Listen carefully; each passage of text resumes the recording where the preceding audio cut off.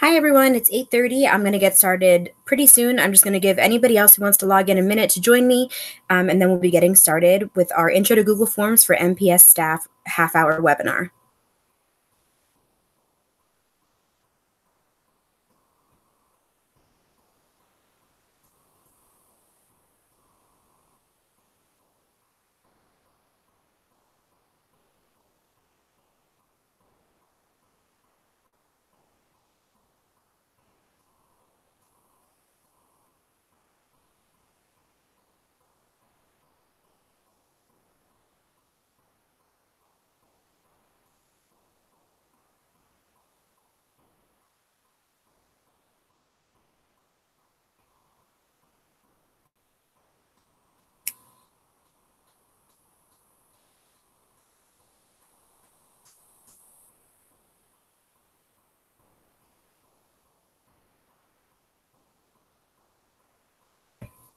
All right, it's 8:31, so I'll get started. My name is Alicia DeCeppola. I'm Millville Public School District's Digital Literacy and Learning Specialist. My coworker, Lauren Daigle, is currently logged on as well. And then if we have any questions, I'm sure she'll be happy to field them. So first things first, if you want to see the agenda and some Google Form examples, go to tinyurl.com/MPS Forms 18. It doesn't matter if it's capital letters or not. It will all work. I just did that to make MPS stand out. But if you go there, you'll have access to this agenda. I also wanted to mention you'll have a link to the webinar. If you want to watch it after it's already done, you can watch the recorded version.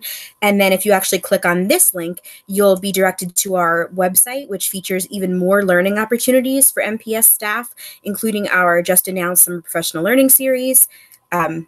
That information is all here, including registration form. We also have upcoming opportunities for MPS staff, and then even events that are outside of the school district we think you might be interested in. These are all free, but they're all great. And then we have some ongoing digital learning opportunities, including a log of all of our previous half-hour webinars that we do on YouTube Live, just like this one. And then we have access to some of our self-paced courses. They also only take a half hour. We're pretty good about having a short time, and you can do them anywhere you have internet access on any device, and they're available to you, as well as a complete log of our EdTech Tuesday tips and tools and a bunch of other stuff for you guys as well. So please go to tinyurl.com/MPS Forms 18 for those resources, as well as some of the survey examples I'm going to be giving you, the Google Form examples, and then a list of all the skills and topics that I'm going to be covering in this half-hour webinar. So I'll just dive right in. If you're tuning in right now, it's because you would like to see just an overview of everything Google Forms can do for you. And I'm going to just dive right into a few form examples that we actually use. So the first one, this is a survey that we gave after Staff Development Day in January. You can see that the attendees could rank how well they felt the day was planned, how much they feel they benefited from the day. They could give answers about what was their favorite part, what was their least favorite part, and more. Here's another example. This is just an interest survey. You'll see instead of having ranks, we have check boxes. So people who are taking this survey can select more than one thing. While I'm actually on this page, I do want to talk about this real fast because we are currently with the PD specialists. We're asking MPS staff to complete this interest survey for PD next year. And it's going to be used to plan professional development for the entire school year. And we'd love to get some feedback from you guys. This is completely anonymous, and there's places for you to tell us what you like, what you don't like, and anything else that you can think of as well. So the next few examples, this is when we did our learning and technology showcase earlier this month. This was the presenter application. As you can see, there's a bulleted question. There was a short answer question. There's a paragraph answer question. This is an assessment example. So you'll see, I know these are assessments because really little next to the question, I can see the point value next to each one. And also, if you look at the top, when you do assessments in Google Forms, it will automatically collect your email address. So that means you have to be logged on to Google Forms to take the assessment. So MPS students who are taking an assessment, their email address is their lunch number at mps.millvillenj.gov. In this case, since I'm a staff member, it's first name, last name. So I can see that I'm logged on as this. If this isn't my right account, I can click here to switch the account. So whoever's collecting these answers will automatically get my email address. And then I can answer each one of these to get the entire point value.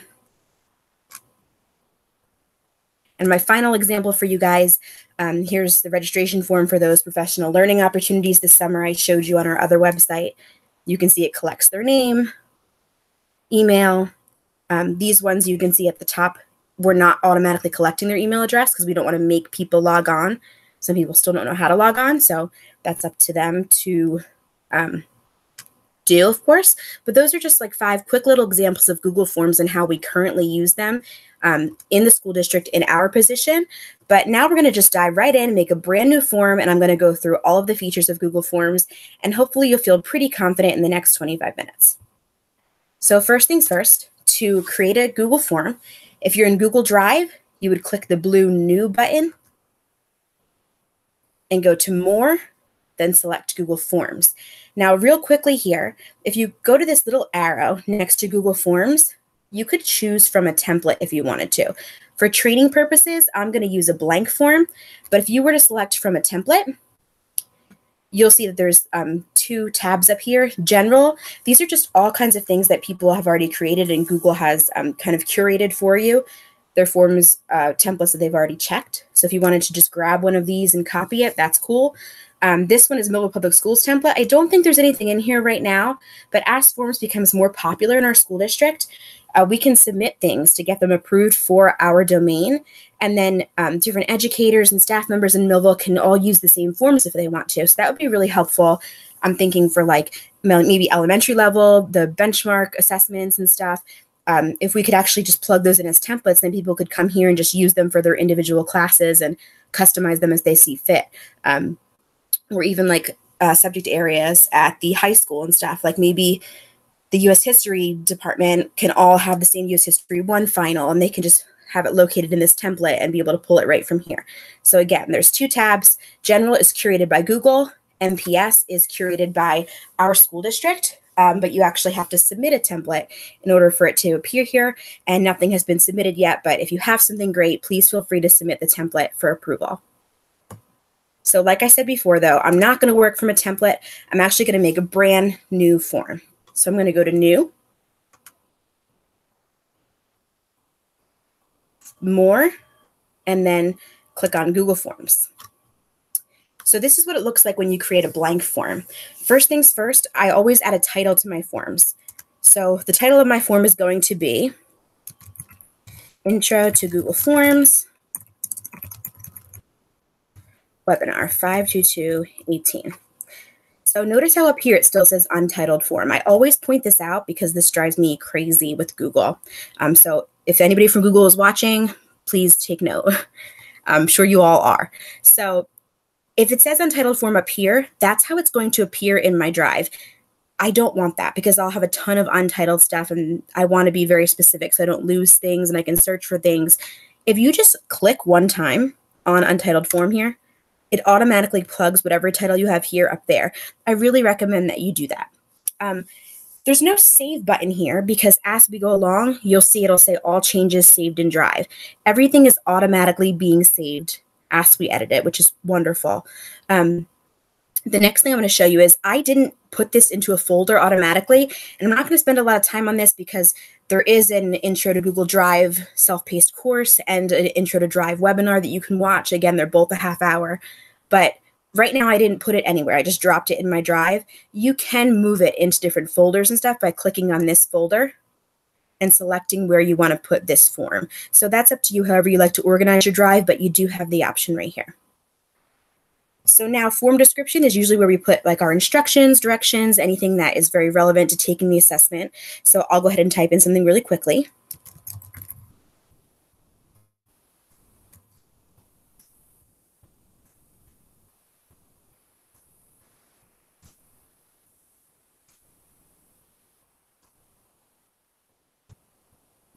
No pressure. So now it automatically plugs in one untitled question. It doesn't need to be an actual question. Like I showed you before, we have surveys, we have registration forms, applications. You can do whatever you want. So if you just left click on this, you'll be able to type whatever you want here. So I'm going to say,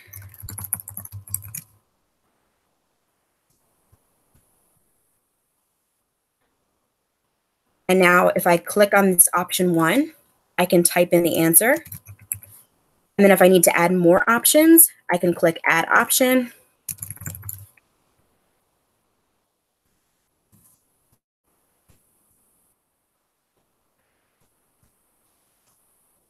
And there's also this option for other. If I select that, people can choose other and type in their own response. I don't know if you noticed, but as I was typing in responses or mousing over, you'll see this little icon for image. If I click on Add Image, I can actually plug in an image with the picture too. This would be really helpful, I would think, maybe like a world languages class, if you typed in a vocabulary word and have pictures of different things. I think I've seen people do like Google Forms for lunch count in the morning, so maybe elementary school, anything like that. So I'm going to go ahead and search just the color pink. I wonder if I'll get that. Oh, there's the color pink. Let me add black. So it's just searching Google right now.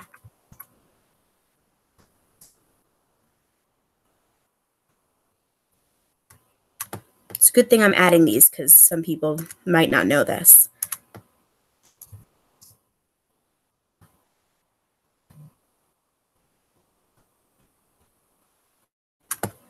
And I'll get rid of yellow. So if I mouse over yellow, instead of adding the image, I'm going to delete this response because I decided I don't want it anymore. So I'm going to click the X to remove it. I can also reorder my responses. So I mouse over one of these answers. See these little dots here, this little 6-pack of dots? I can click on it and drag it to reorder those answers. So this is a multiple choice question. I'm going to keep it as a multiple choice question, but let's add another question. So if I wanted to add another question, I could click this plus sign here, and that automatically adds another question. The default is multiple choice, but there's many different types of questions, and let me show you what they are. So if I click multiple choice, it gives me this huge drop down of things. Short answer, paragraph, multiple choice, checkboxes, drop down, file upload, so people can actually upload their own files. I think this would be good for, like, if you were doing maybe some kind of PD thing and you wanted people to upload their presentations that weren't all in the same school district. But since we are a Google district, we have that benefit of just being able to share things. So as far as students and stuff go, you probably would rather do that in like a Google Classroom or even just sharing directly from Drive. But I do think that is a cool option to have. Linear scale, multiple choice grid, checkbox grid, date and time. So I'm going to actually let's do checkbox. So which Broadway shows have I seen this year? Hello, Dolly. Mean Girls. Notice how I'm clicking on add option to add my options.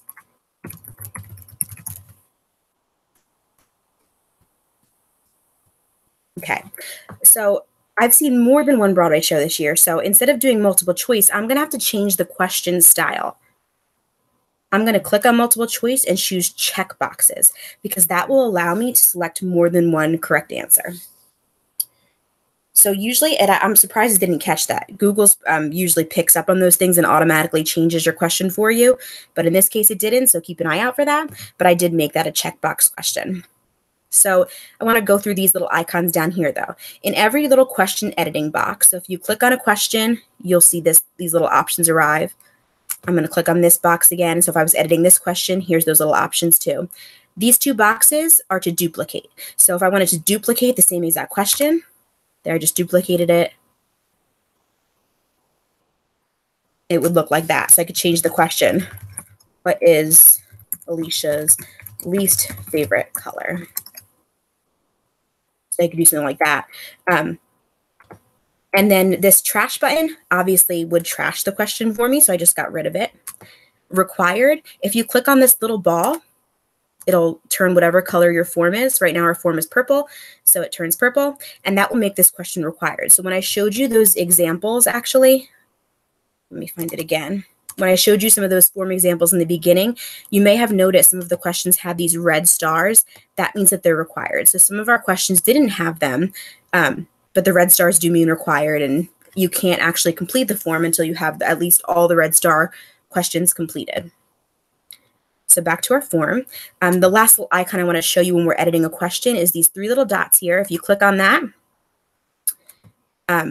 you can choose to show the description. So an example of that would be underneath the question, you would have a description. So I'm going to click on that and show you. See how description pops up? I can give a little hint.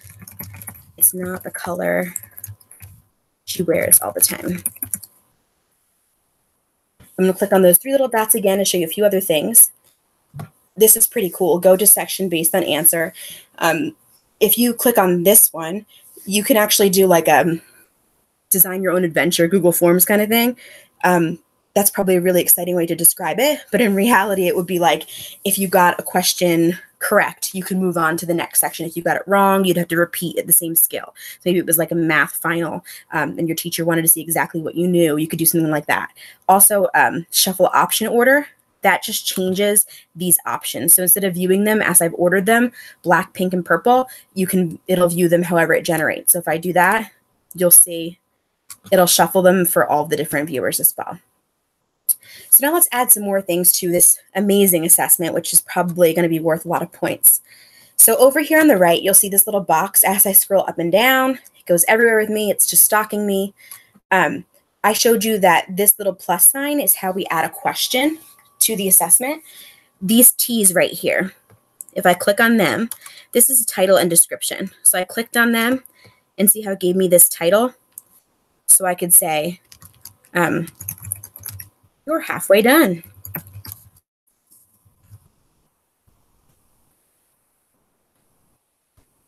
Keep going. So I could add a title. Some people do that. Like I said, if you're giving a final exam or something, they might add this for moving on to the essay questions, moving on to the multiple choice questions, something along those lines. The next option is, of course, we recognize this little icon, its image. If I clicked on that, I would add a picture to something. So I can say, Louisville, New Jersey. Here's a nice little picture of High Street. I can click on it so it has a little blue checkbox. Click select. And now there's my image.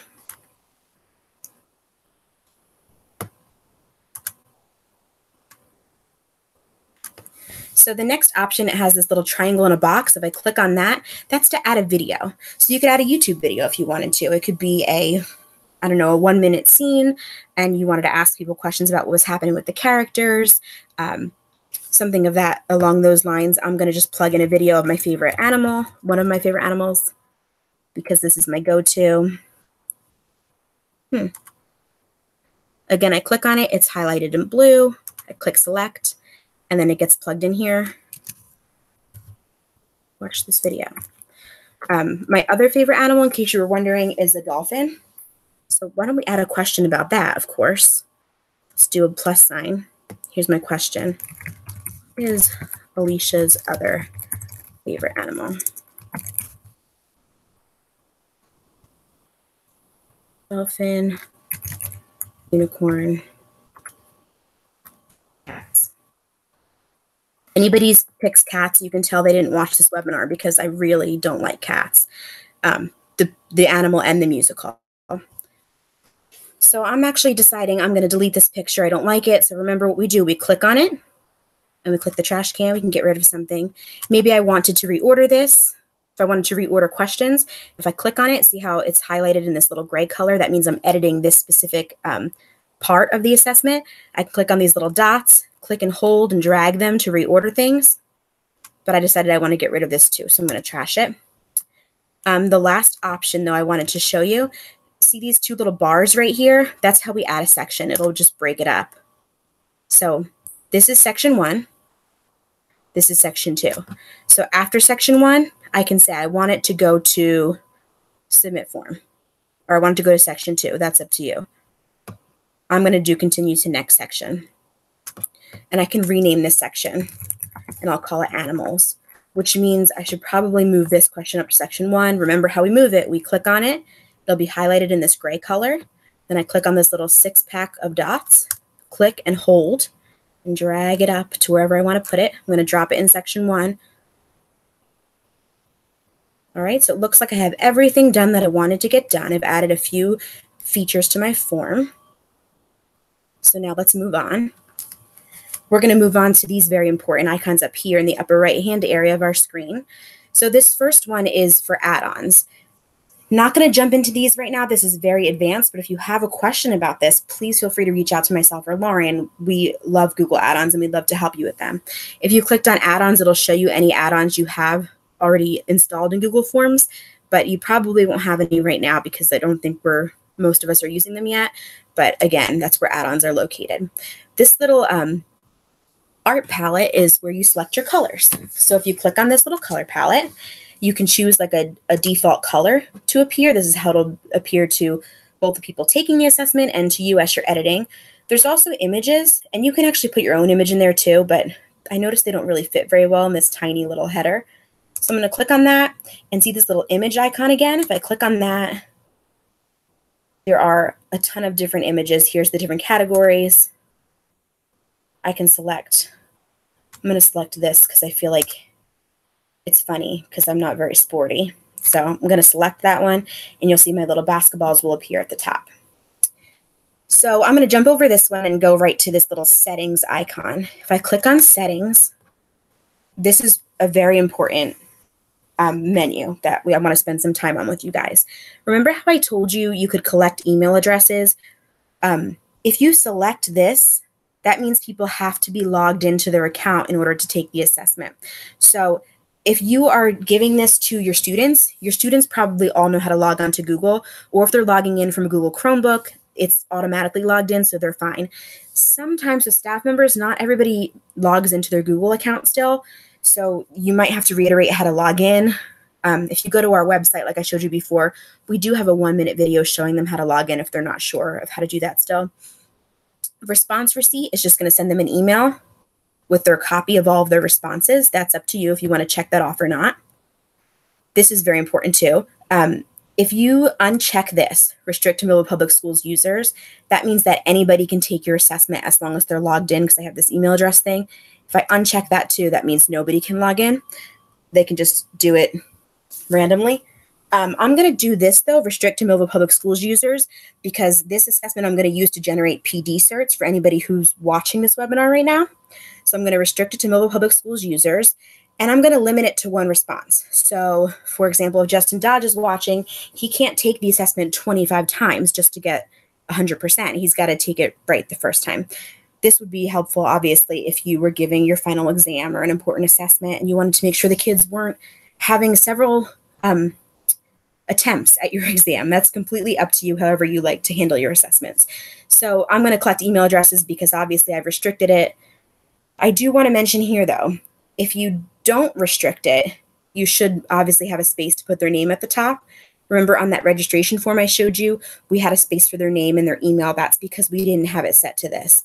Now, I'm going to save this real fast because I just reminded myself of something else really important.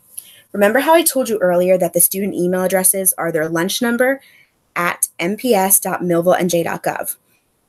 The issue with that is if they take an assessment and you collect their email addresses, it doesn't collect their names. So unless you have all of their lunch numbers memorized, you're going to be overwhelmed. So on your assessment, you probably should add a question that says, enter your first and last name. It will automatically collect their email for you, but their name isn't associated. It's just going to be their lunch number.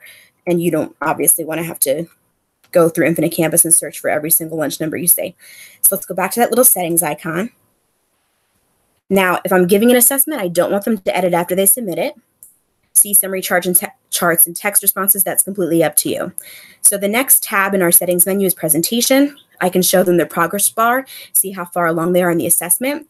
Shuffle question order just shuffles the order that they see the questions. Remember how we did shuffle options earlier?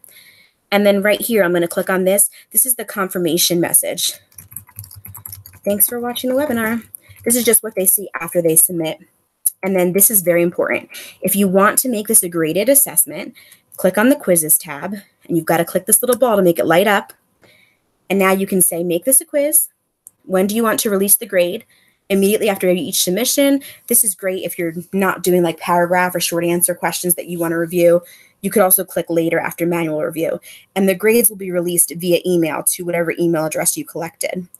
So you can also say what you want them to see. Now, if you have students absent, you might not want them to see which questions they missed, what were the correct answers. It's up to you, whatever you decide, but keep that in mind as you go ahead and make these selections. I always like to show the point values just because I want them to know how much everything is worth. So when I'm done with these 3 little tabs and adjusting my settings, I can click Save. Now that I've done that, though, I need to actually make my answer key and tell this Google form what the correct answers are. So I want to go through here, and remember, I got to make some of these required questions. So I need to require the name. So to make a required question, in the bottom right-hand area of this little question box, I click the ball to make it light up. I'm not going to do an answer key question for this because obviously their name is worth 0 points. Now this one I am going to make an answer key for. So I click on this little question box. You can see that it's editing now. This is a required question. I'm going to click answer key. And then I can say, you know what, this is worth 2 points. Alicia's favorite color is, actually, I don't really know, so I'm just going to click purple. It changes every day. Now, I love this option. If you click Add Answer Feedback, you can give them feedback for incorrect answers and correct answers. I could say, Alicia wears black a lot, but it's not her favorite color. I can even give feedback with a link. So if I had a link to maybe a YouTube video, like if I was giving a math assessment, that's always my example for these because math was one subject I don't know, I just couldn't get into.